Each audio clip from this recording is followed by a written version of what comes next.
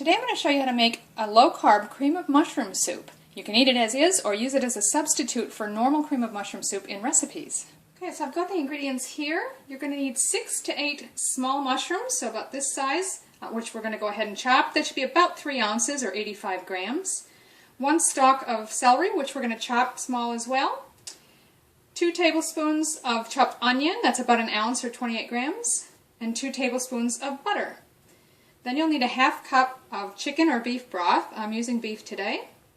3/4 cup of heavy cream or pure cream. Some salt and pepper to taste. And then this last is optional. If you have xanthan gum on hand, by all means you can use a little bit to help thicken it, but it is optional, it's not required. So I've got a medium-sized skillet or fry pan over medium-high heat at the moment. I'm going to start by adding that butter and letting that melt. To that we're going to add onions, celery, and the mushrooms. You just want to stir and sauté those until they're soft. My vegetables are nice and soft now, so I'm going to go ahead and add the broth.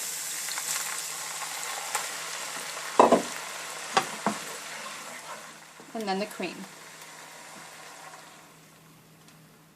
Now stir that together well, and you want to bring it just to the boil and then turn it right down and simmer it. So because I have an electric stove, I've already turned it down. I'm just going to keep my eye on it and make sure it does come to a boil, and then I may have to turn it down again. Okay, so you can see it started to boil.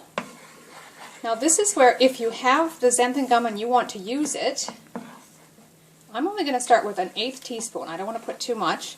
And I'm just going to lightly sprinkle that across the surface and then stir it in quickly. I'm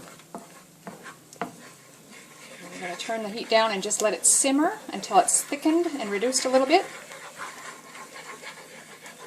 to the consistency you want.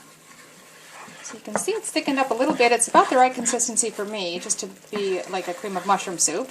It's not going to get as thick as the condensed stuff in the can would. You'd have to put more xanthan in for that, and I don't think we want to put too much, because I'm told it can get a bit slimy. I don't use it very often myself, but this seems about right for me. Again, if you didn't use the xanthan gum, just boil it until it reduces and thickens to your liking.